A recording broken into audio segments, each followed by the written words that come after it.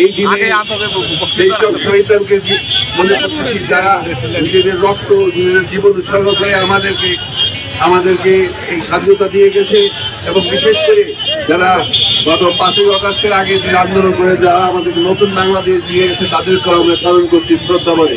হবে আওয়ামী লীগ পুনর্বাসন কেন্দ্রের বিরুদ্ধে আপনারা কি সবাই একমত? আওয়ামী লীগ পুনর্বাসন কেন্দ্র যদি ভাঙতে হয় আমরা আবার ছাত্র জনতা মিলে একত্রিত হয়ে সেই পুনর্বাসন কেন্দ্র ঘেরাও করব। বন্ধুগণ, আমি আগামীতে আবারও সংগ্রামের আহ্বান জানিয়ে দেশনেত্রী বেগম খালেদা জিয়ার নেত্রী তারুণ্য অহংকার জনাব তারেক রহমানের নেতৃত্বে আমার একটি সংগঠিত সমাজ প্রতিষ্ঠায় একটি সংগঠন গড়ে তোলার লক্ষ্যে আজকের এই র্যালি এখানেই সমাপ্তি ঘোষণা করছি।